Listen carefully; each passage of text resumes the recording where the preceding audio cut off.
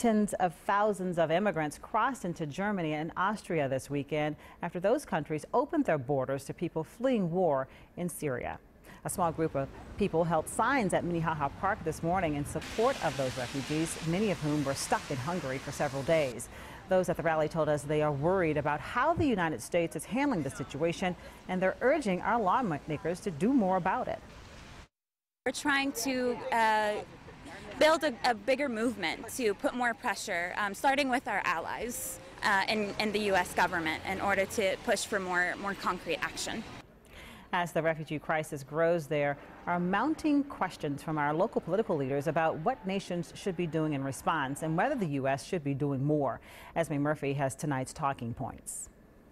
The United States estimates that more than 4 million people have fled Syria since the Syrian civil war began 4 years ago. It is only in the past 2 weeks, though, that the humanitarian crisis has captured the world's attention. As European countries struggle with waves of migrants, there is also debate on whether the U.S. is doing enough. Back in May, Minnesota Senators Amy Klobuchar and Al Franken were among a group of Democratic senators who wrote President Obama asking that the U.S. admit at least 60,000 Syrian refugees over the next 2 years.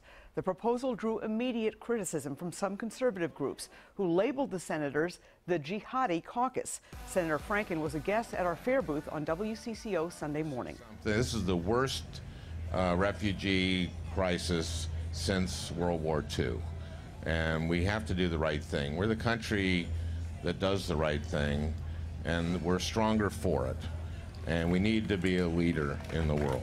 So far, the U.S. has admitted less than 1,000 Syrian refugees. The U.S. has contributed the largest amount of humanitarian aid to refugees in the region, about $4 billion, according to a State Department spokesperson.